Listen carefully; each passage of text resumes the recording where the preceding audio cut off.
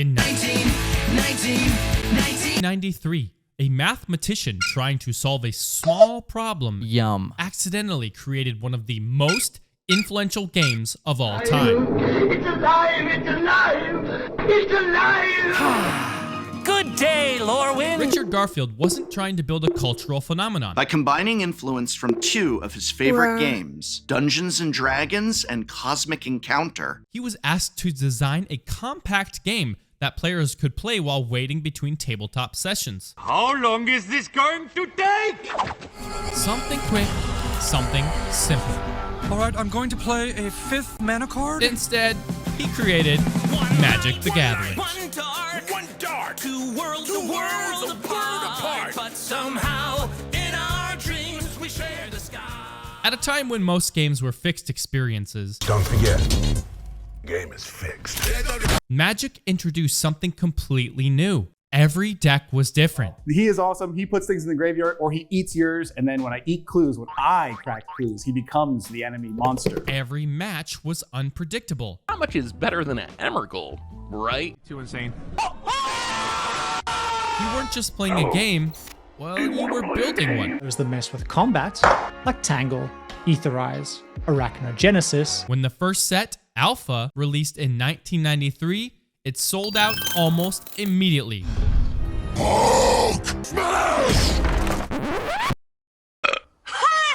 Not because of flashy marketing, but because players instantly understood they were holding something special.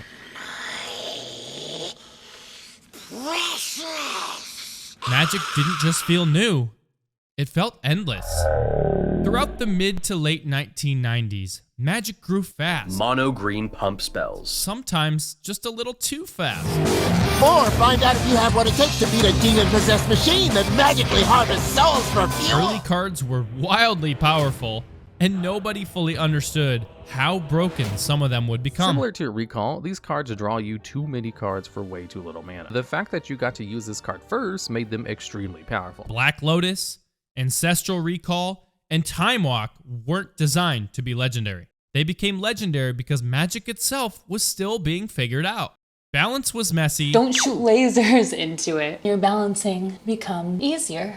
Rules were constantly evolving. There's a triggered ability that appears on creatures, and it means that whenever another creature enters the battlefield under your control, if it has greater power... Remember, with great power comes great responsibility.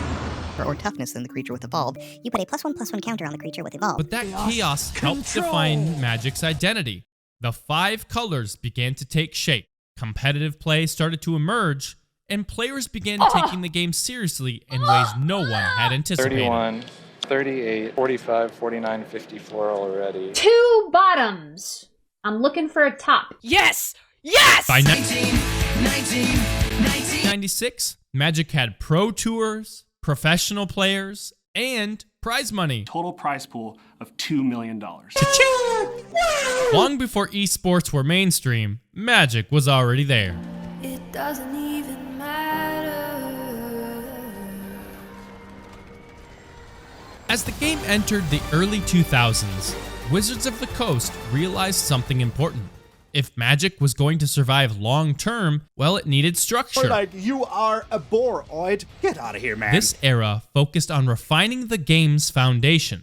Formats like Standard, Concede, Hidden Reach, Hidden Reach, Hidden Reach! helped control card pools, the color pie became more defined, and the rules were cleaned up to make the game easier to understand without losing depth. As long as the spell is on the stack, players can't cast spells or activate abilities that aren't mana abilities. At the same time, Magic started telling real stories. Sets weren't just a collection of cards anymore. They were worlds. Vast worlds. Dominaria. Together, we will crush this evil at its source. Mirrodin. And Kamigawa weren't just backdrops. They were places with histories, conflicts, and consequences. Magic was quietly becoming a shared universe. Final Fantasy is coming to Magic the Gathering. And players were beginning to care not just about winning. Hang on, I can win the game. You gotta be kidding but me. about what was happening in the multiverse. shift Plane Shift is the 22nd Magic the Gathering expansion and the second set in Invasion Block. fully crystallized in the early 2010s with the rise of Planeswalkers. In the story of Magic, Planeswalkers are powerful magic users capable of traveling between different realities. Oh, Planeswalkers, my dear love, my dear Teferi. Planeswalkers changed how Magic felt. I'm tapping 2 mana for Nicol Bolas the Return. He starts at 7 loyalty, and I'm going to +1 him to create a copy of any Planeswalker I want. A few moments later. Then at my end step... No, that's okay. These weren't just powerful cards anymore. They were characters. yeah. Jace, Chandra, Liliana, and others became the faces of the game. Storylines stretched across multiple sets, villains returned, heroes fell, and Magic started to feel cinematic. Teferi.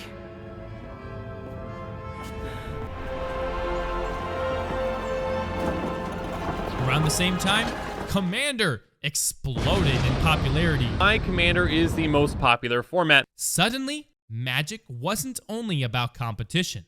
It was about expression, politics, and social play. Then everything went digital. Critical error. Critical error. Magic Arena launched in the late 2010s and completely changed how people access the game. For the first time, Magic was free to try, easy to learn, and globally available at any given moment. Millions of new players discovered Magic without ever touching a physical card. It's kind of sad, actually. Now that I'm saying that, that's really, really sad.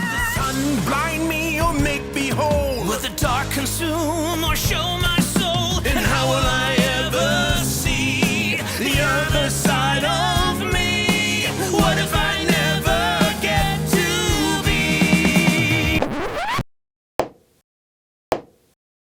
This era wasn't without tension. Release schedules sped up. Or the Jaws secret layer, or the Furby secret layer, or the many, many, many other secret layers previewed at MagicCon Atlanta at this time. Power levels crept higher, paper Magic became more expensive and complex. As Magic grew larger, debates within the community grew louder. What did Magic need to be? Who was it really for? In the 2020s, Wizards of the Coast made a bold decision. Magic would no longer be just its own universe. Universes Beyond shattered the walls of the multiverse. Warhammer, Lord of the Rings, the adventurous hobbit, Doctor Who, Fallout, Wasteland tested, Vault-Tec approved. Worlds that had nothing to do with Magic were suddenly playable inside it. Cowabunga. Huh? For some fans, this felt like betrayal. For others, it felt inevitable. First, what I will say is that I do actually think Universes Beyond is part of the problem. Okay, well then never mind. Magic wasn't abandoning its identity, it was evolving into a platform. Please don't make fun of me. This is like my very first game. By 2026, Magic the Gathering is more than a card game. It's a 30-year legacy that exists in both paper and digital spaces. It's competitive and casual. +5/+5 and become a 5/10. So I'm just gonna play that, and I'm gonna pass the turn, and hopefully people stop hitting me. It's deeply strategic and wildly expressive. It's a game that has survived longer than almost any of its peers by constantly changing and adapting, even when that change was uncomfortable. Yeah, well, Magic isn't perfect. It never has been, but its greatest strength has always been the same. Magic grows with its players. I'm not the threat. Cam's got so many things. Yeah. What the heck? As long as people are willing to shuffle decks, tell stories, express themselves. I take 5 going down to... I don't know what this is. What are you doing? It's the tune Take 5. You got Brewback. And explore new possibilities, Magic the Gathering will continue to evolve. And bring these planets to their knees. Because Magic the Gathering was never just about cards. It was about imagination. And of course, thank you for watching this video. If you love Magic, if you like this topic, feel free to check out this video here, or maybe this video here. We've got more Magic content to come and more history to learn.